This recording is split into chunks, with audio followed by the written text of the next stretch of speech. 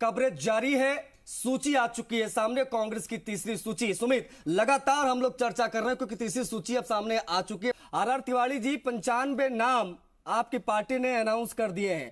किस प्रकार से टिकटों के बंटवारे को आप लोग देख रहे हैं और जो एतबार आप लोगों ने सिटिंग विधायकों पर किया है वो कितना कारगर साबित होता आपको नजर आएगा इस बार के विधानसभा चुनाव में? कितने आश्वस्त इन शॉर्ट में? समय सीमित है, लेकिन एक छोटा सा सवाल मेरा और रह गया, तो मैं चाहूंगा उस पर भी आप प्रकाश डाल दें। मैं वापस लेकर आऊंगा आपको जातिगत समीकरणों पर।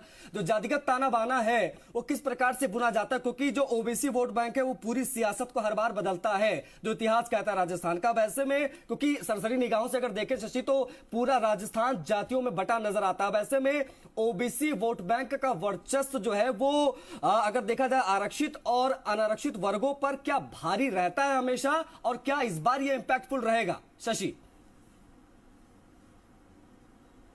इसके हिसाब से अगर देखा जाए, अगर मैं गलत हूं तो जरूर करेक्टर दीजिएगा। बड़ी चीज ये कि सिटिंग विधायकों को टिकट देना कितना कारगर साबित होता है दलों के लिए, क्योंकि हमने कर्नाटका का रिजल्ट देखा था। कर्नाटका में मैक्सिमम कैंडिडेट जो थे बीजेपी के, उन्होंने रिपीट किए थे सिटिंग विधायकों को। करीब 90% ऐसे आंकड़े थे जिनको रिपीट किया गया था विधायकों को। वो अपना चुनाव हारे थे, सरकार वहां पर गिरी। अब ऐसे में कांग्रेस पार्टी ज्यादातर भरोसा दिखा रही है सिटिंग एमएलए पर। अब ऐसे में एंटी इनकम्बेंसी कितनी बड़ी भूमिका निभा सकती है मौजूदा विधानसभा चुनाव के परिदृश्य में, समझना चाहूंगा मैं आपसे। बसपा से जो कांग्रेस में आए थे, जिनका विलय हुआ था, उनको प्रॉपर इज्जत मिली है, उनको प्रॉपर तवज्जो मिली है। दो नाम आज फिर सामने आए, वाजिब अली, लाखन मीणा। किस प्रकार से देखा जाए इस सूची को सैनी साहब?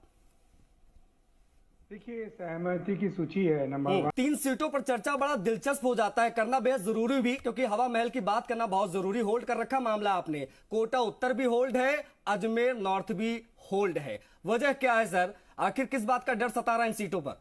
तिवारी जी।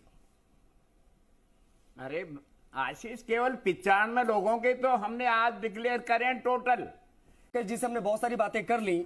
ओबीसी फैक्टर की बड़ी चर्चा हो रही है शशि इस बार के विधानसभा चुनाव में, न सिर्फ राजस्थान बल्कि अन्य राज्यों में भी। ये ओबीसी फैक्टर का राज्य की सियासत पर कितना असर पड़ता आप देख रहे हैं मौजूदा परिदृश्य में इस विधानसभा चुनाव में?